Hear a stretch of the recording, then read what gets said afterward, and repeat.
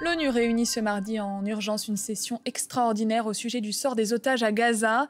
Une réunion qui fait suite à la diffusion de vidéos de 2 otages israéliens, 2 hommes très amaigris, l'un d'eux creusant sa propre tombe. Des images qui ont provoqué beaucoup d'émotions. Benyamin Netanyahou qui a demandé l'intervention du CICR pour apporter des vivres et de l'aide médicale aux otages.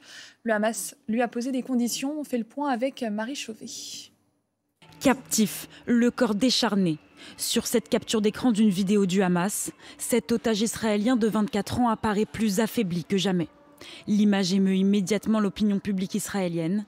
Le chef de la diplomatie annonce alors des objectifs clairs. Le monde doit mettre fin au phénomène de kidnapping des civils. Cela doit être devant et au centre de la scène internationale. Première étape, une session au Conseil de sécurité de l'ONU à ce sujet. Le ministre des Affaires étrangères se rend aujourd'hui à New York. Le sort des otages sera au centre des discussions. Benyamin Netanyahou demande aussi l'aide du Comité international de la Croix-Rouge pour fournir nourriture et médicaments aux otages. En réponse, le Hamas se dit favorable à cette intervention. Condition, la réouverture de corridors humanitaires. L'enclave palestinienne souffre d'une menace accrue de famine. Hier soir, la Croix-Rouge renvoie à Israël et au Hamas la responsabilité de se mettre d'accord. En réalité, les objectifs restent les mêmes pour Israël. Vaincre l'ennemi, libérer les otages et s'assurer que Gaza ne constitue plus une menace. Benyamin Netanyahou prévoit de convoquer son cabinet cette semaine. Il donnera des instructions à l'armée pour atteindre ses objectifs. Et on va revenir sur la situation humanitaire dans la bande de Gaza avec notre invité Jean-François Corti. Merci d'être avec nous. Bonjour, vous êtes président de Médecins du Monde. Israël qui a annoncé que des marchandises pourront entrer via le secteur privé à Gaza. Est-ce que vous savez très concrètement ce qui rentre aujourd'hui dans la bande de Gaza ? Écoutez, il n'y a pas grand-chose qui rentre aujourd'hui. Il y a quelques dizaines de camions qui rentrent pour alimenter déjà un petit peu le secteur privé, mais aussi la Fondation humanitaire pour Gaza et un petit peu de matériel pour les agences des Nations Unies. De fait, l'aide est largement sous-proportionnée par rapport aux besoins. Elle est pourtant par milliers de tonnes prépositionnées, c'est-à-dire présente notamment en Égypte, à Al-Rish et aussi en Israël. Et on l'a bien vu, les largages aériens sont largement insuffisants, dangereux, pas proportionnés aux besoins. Donc aujourd'hui, on voit que cette aide n'est pas à la hauteur de l'urgence médicale pour inverser la malnutrition qui a été créée par la main de l'homme, la famine, qui aujourd'hui tue par dizaines, notamment des enfants. Quels sont les besoins aujourd'hui dans la bande de Gaza ? Alors, selon le ministère de la Défense israélien, 300 camions sont rentrés hier dans Gaza. Le Hamas dit 95. Quels sont aujourd'hui les besoins ? Écoutez, vous avez depuis 22 mois une population qui manque de tout. On sait qu'avant les atrocités du 7 octobre 2023, c'était 600 à 700 camions qui devaient rentrer chaque jour sur dans un la bande de Gaza. Oui, quotidiennement, pour répondre aux besoins minimums. Donc aujourd'hui, vous avez dans les cohortes des patients de Médecins du Monde, des enfants décharnés, des parents hagards et des blessés aussi, sachant que vous le savez, la population est concentrée sur 12% du territoire de la bande de Gaza. Donc il manque de tout, de l'eau potable, de la nourriture, des médicaments. On meurt aussi par défaut de soins parce que le système de santé est à plat. On meurt aussi d'infections digestives, respiratoires parce que l'eau n'est pas potable. Bref, on meurt de tout. Et aujourd'hui, on voit bien comment la question de l'aide humanitaire est une variable d'ajustement. Elle est énormément instrumentalisée. On l'a vu au travers de l'entrée de la Fondation humanitaire pour Gaza, qui est un opérateur au service des États-Unis d'Israël.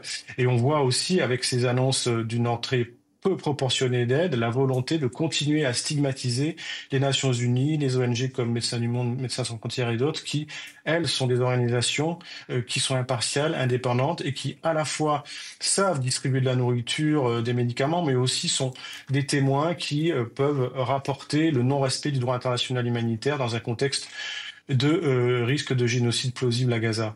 Alors sur ces marchandises qui rentrent via le secteur privé, on apprend que ce sont des marchandises qui sont destinées aux commerçants, donc à être revendues pour une population, vous l'avez dit, qui est affamée. Est-ce que l'on peut parler aujourd'hui réellement d'aide humanitaire ?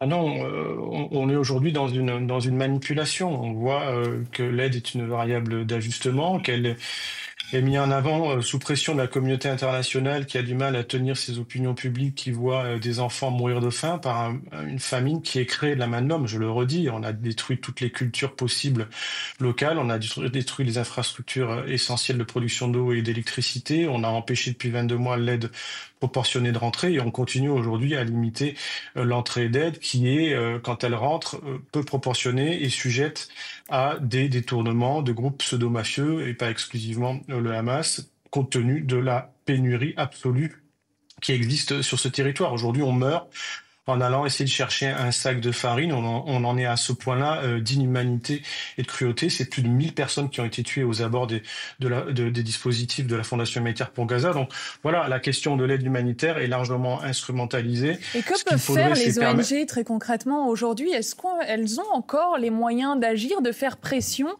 Vous nous l'avez dit, hein, il y a des centaines de camions qui sont bloqués à l'entrée de la bande de Gaza. Mais aujourd'hui, vous êtes, vous aussi, impuissants. Écoutez, il y a deux choses. D'abord, les ONG sont là pour essayer de sauver des vies et répondre aux besoins humanitaires. Vous savez que même les équipes de Médecins du Monde, des autres ONG sont en train de mourir de faim aussi à petit feu.